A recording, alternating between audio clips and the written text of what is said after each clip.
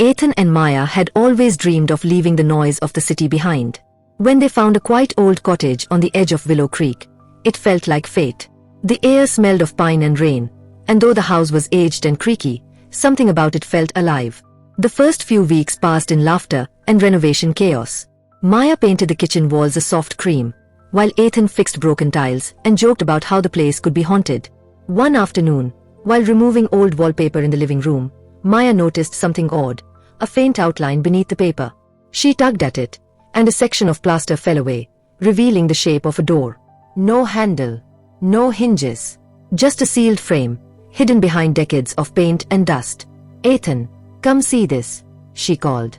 He stared. "Looks like someone tried to cover it up." "Why would anyone seal a door inside their own home?" she whispered. That night, curiosity got the better of them. Ethan brought a flashlight and crowbar. The first strike echoed through the empty halls. The second loosened the plaster. The third made the whole wall tremble. Finally, the door gave way, and cold, stale air rushed out, carrying the faint scent of dust and something faintly sweet like old flowers. They stepped inside. It was a tiny room, a child's room. A small wooden chair, a torn teddy bear. Faded crayon drawings covered the walls, a family of 3 holding hands under a bright sun. But in every picture, a tall, dark figure stood just behind them. Maya leaned closer to one of the drawings. In the corner, written in uneven letters, 12th June, 1945. She frowned. That can't be right. This house was built in the 70s. Ethan shrugged, but his voice trembled. Maybe someone made up the date. That night, Maya woke to a soft sound. A humming. It was coming from behind the wall. She pressed her ear against the plaster. A child's voice whispered faintly, "Don't let him find me." Maya froze. Her breath caught in her throat. When she turned, the door they had opened earlier was shut again. The next morning, Ethan tried to convince her it was just the old pipes. But when he went to check, the door was slightly open once more. Determined to understand, Maya went to the town library. After hours of searching, she found an old newspaper clipping. "Tragedy at Willow Creek. Family disappears. 1945. The photo showed a man, a woman, and a little girl named Lily Carson. Maya's heart sunk. The girl's face matched the drawings on the wall. That evening, Ethan discovered another hidden drawing behind a floorboard, this one more disturbing. It showed the same little girl crying, standing beside a tall black shape. Beneath it, written shakily, "He's still in the house." A cold wind blew through the hall. The teddy bear fell to the floor. And from somewhere deep inside the walls, the humming began again. Panicked, they visited an old neighbor, Mrs. Whitmore, who still remembered the Carsons. "The father built that house after the war," she said softly.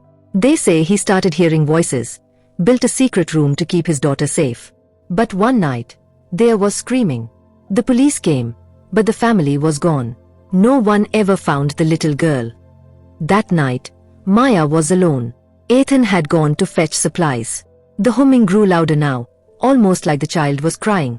She followed it to the hidden room. The walls were glowing faintly, covered with new crayon drawings, of Maya and Ethan standing beside the little girl. Maya whispered trembling, "Lily, what do you want?" Maya stepped cautiously into the hidden room, the faint humming guiding her. The walls were covered in crayon drawings, little scenes from Lily's life, a picnic under the sun, a family laughing together, a small cat curled up beside her. A soft, ethereal melody drifted through the room, the faint echo of a lullaby long forgotten. Maya didn't hear words this time, just the feeling of a life that had once been here, delicate and fleeting, lingering in the air. Ethan arrived with the supplies, pausing at the doorway. "Maya, are you okay?" She nodded, her eyes scanning the drawings. "It's not a voice, it's the past itself," she whispered, "a memory that never left." Together, they sat quietly among the drawings. The cottage, once full of tension and mystery, now felt heavy with remembrance, a silent tribute to a life that had been lost too soon. Outside, the wind carried a faint, gentle lullaby, not calling for attention or interaction, but simply echoing a life that had once been lived.